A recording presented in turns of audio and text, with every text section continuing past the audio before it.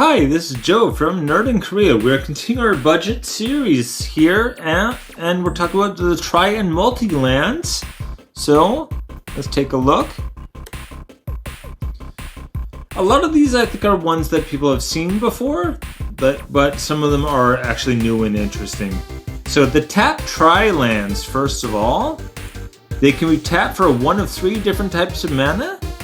They come in one of each of the 3 color combinations. Again, just like with the 2 color combinations, 3 color combinations, there are 10, right? There are 10 combinations.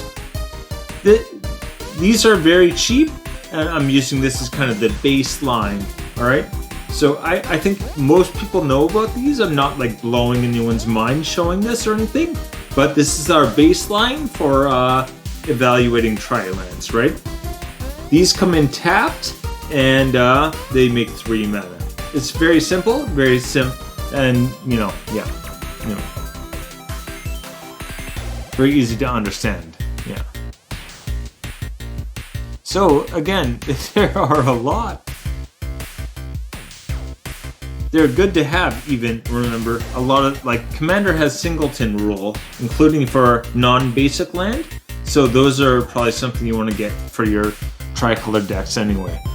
Okay, the layers are up next. So the layers are based on the dragons that are the Elder Dragons from EDH. EDH is named after these dragons. Their layers, they actually printed them, and for instance, Crossus Catacombs here is blue, black, red, which is called Grixis. Alright?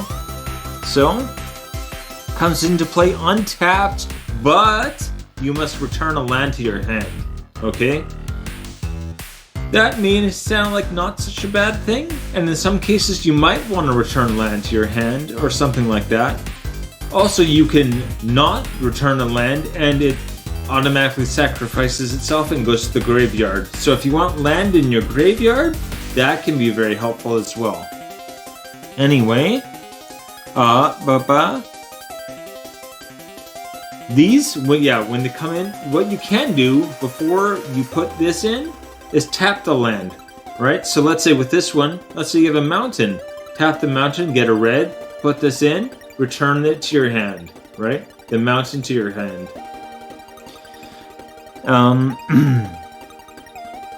Then you can tap this for mana as well.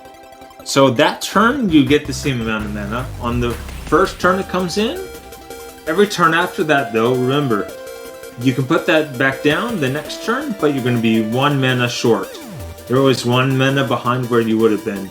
Unless you have something that lets you play multiple lands in a turn, and maybe you don't have all of those land drops, then it would be the same, but yeah. Okay, anyway. So again, you can see there are 5 different ones, including an Esper, so I think that's very useful. I mean, 16 cents and under. Very, very cheap. Worth putting in, especially in Commander, where it's Singleton and you have, limited options.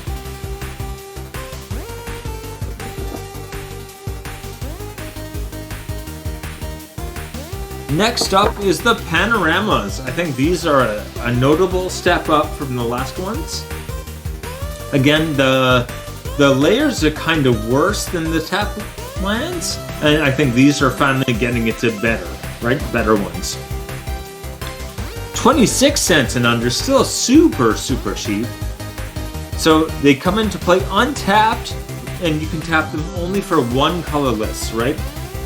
They can produce mana. A lot of times all you need it to do, if you have all your mana already, put this in and just use it for colorless. Hey, that's fine, right? You don't need more colored mana. Or you can pay 1 and sacrifice it.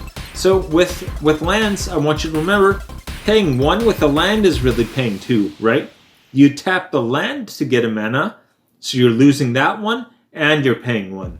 So really pay 1 and sacrifice the land, pay 1, tap and sacrifice the land, is actually paying 2. But anyway. Sacrifice Grixis Panorama. You can search a land for basic island, swamp, or mountain. Alright? And then shuffle your library. Again, so we've got Naya, Bant, Esper, Jund, and I think I said all of them already. Anyway, yeah, Jund. There you go. So there's all of them. Super cheap, and these are getting into ones where I think this is actually a very good idea, especially if you've got a deck with landfall, right? Landfall means you can sacrifice them and bring another land in, and that doesn't count towards your limit of lands to play per turn. That way you can just keep playing lands, keep getting landfall triggers. And also, yeah, it does not actually say it doesn't have the mana symbol, so you can put these in any commander deck, for instance. You can only use the color identity of your commander, so even a land that, say, makes like black and red, for instance, if you've got an Orzhov commander where it's white and black, you can't use that land then. Here it lists the names of them, it does not say the mana color. So you could put any of them into any deck.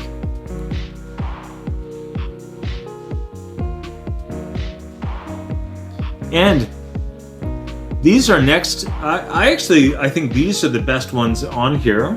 I love these. There is a limitation with the coming in tapped, but we'll talk about that. Okay, comes into play. Immediately sacrifice it. So you put it into the battlefield. Its ETB is that it blows itself up. Alright, and then search for one of 3 basic lands, put it onto the battlefield, tapped. So it does come in tapped, but you get any basic land you want. Once again, landfall triggers, it's amazing because that's 2 landfall triggers off of playing 1 land. 2 lands coming to the battlefield because of that. And you gain 1 life. You know, gaining 1 life is kind of like if someone said, hey, do you want $5? It's like, yeah, okay, sure. Why not? I mean, $5 is $5, but it's, you know, that's not going to change my life or anything. It's something. I don't know. Sometimes I think they put gain 1 life just to fill in text a bit or something. Like, it just... sure. Oh, anyway. So once again, there are 5 of these that you can get, and they each search for different things. And they do not say it does not show the mana symbol. It says the type of basic. It does specify basic, and the type of basic you can get is what it says. Right? So once again, you can put these in any deck, just like the panoramas. These can go in any deck. And I think they're actually quite amazing, especially if you have a way of getting land out of the graveyard. Play a land from the graveyard, just keep playing this, get whatever you want, right? Get all the different colors you need right away. That's all your mana fixed right off the get. You're done, right? Whatever mana you want, as long as it's in one of those 3 colors, then you're all set. 39 cents and under. I keep expecting these to go way up in price, and they never do. I don't understand why, because I play them, and whenever my friends see them, like what they do, they're like, oh my gosh, where did you get that? And yeah, severely underrated. Also, the aesthetic is just so cool. But anyway, I'm going to start on art. I really like New Capenna for all that. Okay, now we're talking about Crypt of the Eternals. A whole 33 cents. This once again has an enter the battlefield effect of gain 1 life. Sure, okay, I'll gain 1 life, buddy, whatever you say.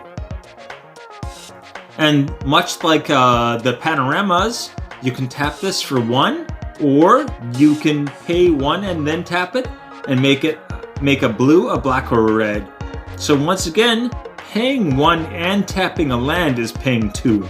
Okay, so this is not ideal, but if you really need the mana, You're probably not going to do this every turn. Keep in mind, even if you have this card out, mostly you're going to be tapping for colorless. So I think it is worth putting in a deck at least. It gives you some options. More options is always better. Anyway, Ancient Ziggurat for $151. So this is the most expensive one so far at $1.51. Maybe tap for any color of mana. Hey, any color, but this is a big but. Mana may only be used to cast creature spells. So that's kind of a minor limitation. It might sound bad when you first hear it, like only creature spells, but creature spells are the most common in your deck, right? Or in most decks, I should say. Creature spells are the most common, so it's kind of like, yeah, I can have any color, but only for like what most of my spells are. Seems like a good deal. I don't know. I would get it. I tried to get it. It's sold out. Living in Korea can be hard sometimes. Meteor Crater also sold out. Anyway, Meteor Crater may be tapped for any color of mana, but you must have a permanent of that color on the battlefield. So once again, a permanent, not necessarily a creature, which is probably going to die to a board wipe at some point, right? You don't rely on those, but artifacts, enchantments, whatever else it may be, you can say, oh, I have a blue enchantment, I'm tapping for a blue. Hey, great, I have a white artifact, I'm tapping for a white. And this is $196. So our budget limit is $2. $196 is just squeaking by, just squeaking by.